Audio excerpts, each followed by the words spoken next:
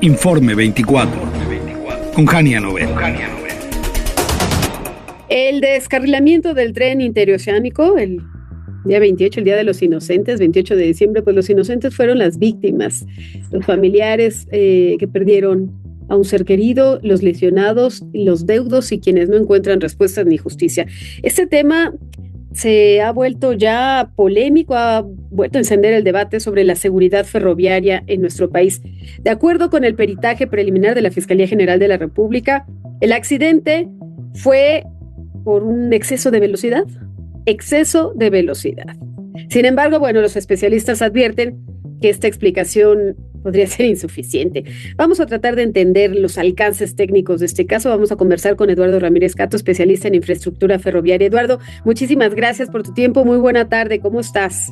Bien, Jania. Buenas tardes. Muy buenas tardes. Dice las autoridades, el peritaje de la FGR, que se debió a un exceso de velocidad. Desde el punto de vista técnico, ¿es creíble que esta sea la única causa? Bueno, es creíble que haya ido a exceso de velocidad, sí. Que sea la única causa, no. Creo que ahí hay muchas preguntas que todavía faltan por responder. Si ya ayer nos avisaron de cómo operó el tren, que paró y luego excedió velocidades en diferentes momentos, pues evidentemente el tren no se maneja solo. O sea, claro, va un maquinista moviendo las palancas para que avance el tren, pero dentro de la misma cabina va un conductor, sí, que es el que tiene el contacto con el centro de despacho, el centro de control que va monitoreando el paso de todos los trenes en la ruta, y el mismo despachador también se entera de que está haciendo menores tiempos a los estipulados en el horario, y eso pues debe de llamar la atención. Dentro de la cabina hay incluso la posibilidad de que el conductor, vamos a suponer que él haya advertido al maquinista que iba a exceso de velocidad y el maquinista no hace caso, tiene posibilidades el conductor de operar la máquina para que pare. Sí. Pero esa es una parte, digamos, nada más de la historia. Hay muchas otras preguntas, como te decía, que habría que hacernos. Claro, es como una especie, Eduardo, como de torre de control que va, sí, dando las coordenadas, que va dando la longitud, la distancia y los avisos de atención y de alerta. Sí, ellos tienen pantallas que cubren todo el tramo que les toca controlar al despachador, y saben perfectamente en dónde va cada tren y cuándo va a haber un encuentro de trenes. Por eso es importante monitorearlos, porque el despachador es quien da la instrucción qué tren debe de pasarse a una vía secundaria y cuál debe de permanecer en la vía principal, de manera que se hacen estos encuentros de trenes, y así es como opera la industria ferroviaria, siempre bajo la supervisión de un despachador. El conductor, que es quien hace la comunicación, digamos, la interpretación de las instrucciones del despachador, y se las pasa al maquinista, que es quien maneja, digamos, el fierro, que es el tren. Y si hablamos de las vías, de los balastros, de la mala calidad, de pues todo lo que ya ha salido a la luz de corrupción en la compra de los insumos, de los materiales para su fabricación, ¿ahí tendríamos que revisar algo o ya lo dejamos de lado como hizo la Fiscalía? No, justamente que no pase de la caja negra a la caja oscura, ¿verdad? Que ahora sí parece que la quieren pasar. No, yo creo que hay que dar mucha luz. Me llama la atención, si recordamos, cuando la línea 12 y el peritaje primero de DNB se presentaron multitud de imágenes, cantidad. Aquí solamente vimos una animación y lo que dijo la fiscal sin opción a preguntas. De verdad que desde mi punto de vista, claro que habría que entender en qué condiciones estaba la vía. Nos deben de dar evidencias, fotografías, mediciones. Lo mismo también de los carros. Los carros, particularmente en esa zona, Jania, es un tramo muy complicado. Están las curvas de las más cerradas que pueden haber en el sistema ferroviario mexicano, y esa curva justamente donde descarriló es una curva de 12 grados. La curva más pronunciada que hay en el sistema ferroviario es de 14 grados. Este es de 12 grados. Los carros son muy largos. Habría que hacernos la pregunta, ¿por qué no nos dijeron nada en este primer peritaje? ¿Por qué pasaron dos locomotoras que van también exceso de velocidad y no descarrilan y sí descarrila el primer carro de pasajeros. Ahí hay una explicación, ¿verdad? Claro. Esa explicación es que los carros son muy largos.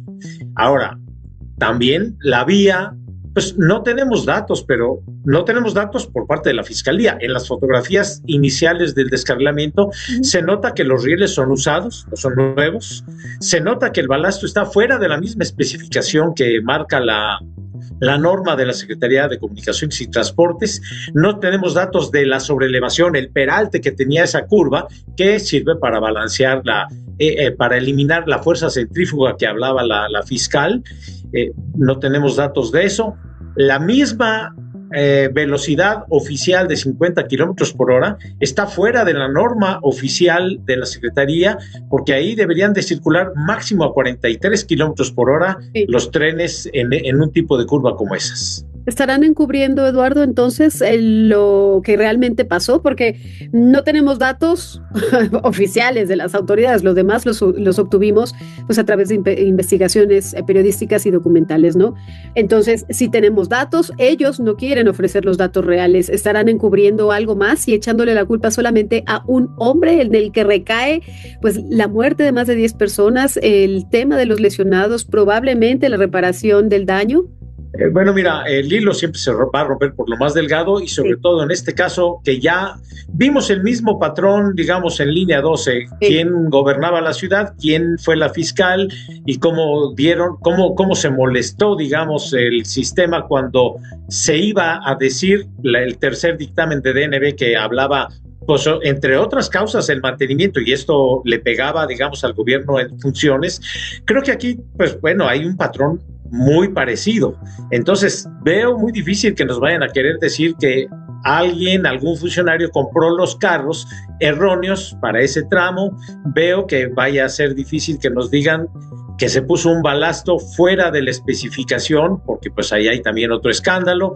Sí. No se corrigió trazo, el trazo es el mismo de 1907. En fin, hay varias cosas que pues yo creo que no nos lo van a decir, entonces quedará siempre la duda en el público, ¿verdad? Qué penoso y qué tragedia, ¿no? Que nos dices que no es el primer caso, que lo vimos también con el ejemplo de la línea 12, yo le sumaría todavía otros casos más, en donde justo esto que nos acabas, esta frase tan contundente, el hilo siempre se rompe por lo más delgado.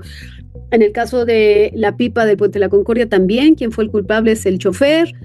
En el caso del desabasto de medicamentos, de insumos, ¿quién es el culpable? Las farmacéuticas. En el caso de la violencia, ¿quién es el culpable? El sexenio anterior del anterior. Nunca nada ni nadie es culpable en esta administración. Siempre es el hilo más delgado, ¿no? Sí, mira, me llama mucho la atención que los peritajes que se hicieron lo hacen personas de la Fiscalía. La experiencia en temas ferroviarios creo que es muy poca, digamos, en esta materia. Sí hay especialistas en México, los mismos,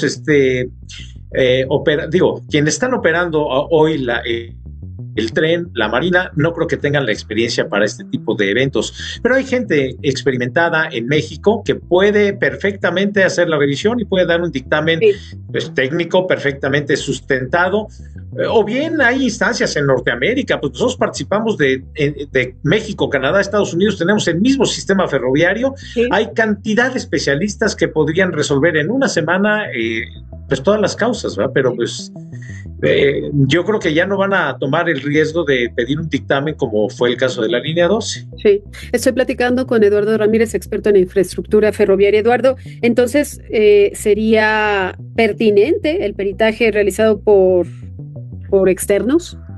Siempre y cuando el gobierno, cuando se emita el dictamen, tiene la valentía de dárnoslo a conocer tal como lo dice el experto técnico, pues claro que sí, todos quisiéramos saber, y creo que ahí descubriríamos varias de las cosas que ya te he comentado, y pues obviamente habría molestia porque hay funcionarios que han tomado decisiones y todavía están en funciones, no les han fincado responsabilidad. Pues por supuesto que, no somos ingenuos, creo que va a ser difícil que nos lo hagan saber, ¿verdad? Sí, pues está en la total opacidad. Es importante conocer también la versión del conductor y del sindicato ferrocarrilero.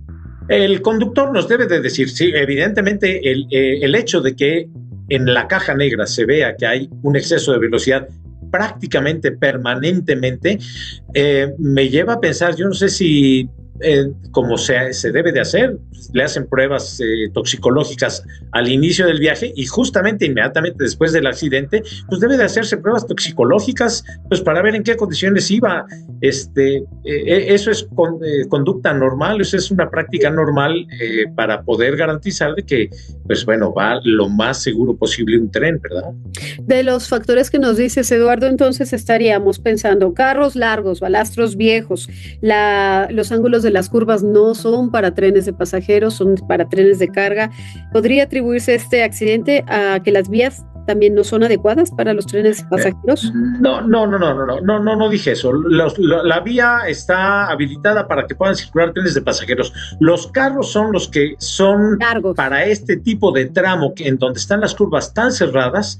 Estamos jugando en el filo de la navaja para ver si se descarrila, porque ya habían pasado estos carros, seguramente a velocidad más baja pueden pasar, pero le estamos jugando al filo de la navaja que un error humano como un exceso de velocidad de 15 kilómetros por hora pues pueda llevar a una tragedia de 14 fallecidos. Obviamente la vía no sabemos, pero para mí es una incógnita que habría que resolver en qué condiciones verdaderamente estaba. Y para el análisis, según su experiencia, Eduardo, ¿hubo precipitación en la inauguración de este tren? Por supuesto, mira, es característica de todos los proyectos que están con poca planeación y con un exceso de prisa en la inauguración. Todos invariablemente nos van a mostrar algún defecto, y creo yo que los que conscientemente hemos pagado impuestos, pues no nos merecemos tener este tipo de obras, porque pues a nosotros nos cobran bien, deberían de hacer bien las cosas, ¿verdad? Pero pues, bueno. Para cerrar, para concluir, ¿qué le diríamos a la autoridad respecto a esta conclusión? Pues mira, a la ciudadanía.